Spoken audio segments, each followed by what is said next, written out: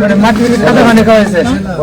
আর 24 ঘন্টার মধ্যে আধাটা কত দিয়েছে মানে একটা কবজা 2 জন ভাগ করে দিয়েছে আপনারা গেঞ্জি কি অন্য কোনো খাবার না অন্য কোনো খাবার টাবার দিছে না আপনারা ভাই ওটা ক্লাস নিয়ে বানাইছে পরে আমরা বড় বড় কথা বলি একটা বানাও বড় বড় কথা বললে সাগর বারান্দা হাওয়ার বুটা উঠাই দিছে হাওয়ার বুটা এসি সামনে যা বসে নেই তেতলে লোক আসলাম সুদানে ভাবজান আর বাংলা 38 জন বাংলা 38 জনের মধ্যে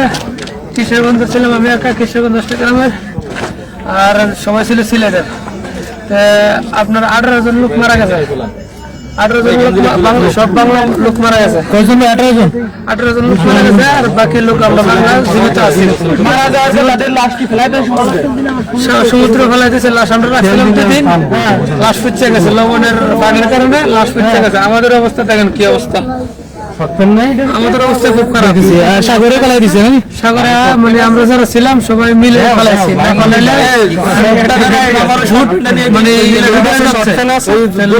লোড হলে তো মনে করেন যে আমরা বাঁচবো না আমরা মারা যাবো আমরা কোনো হেল্প পাই নাই যার কারণে আমরা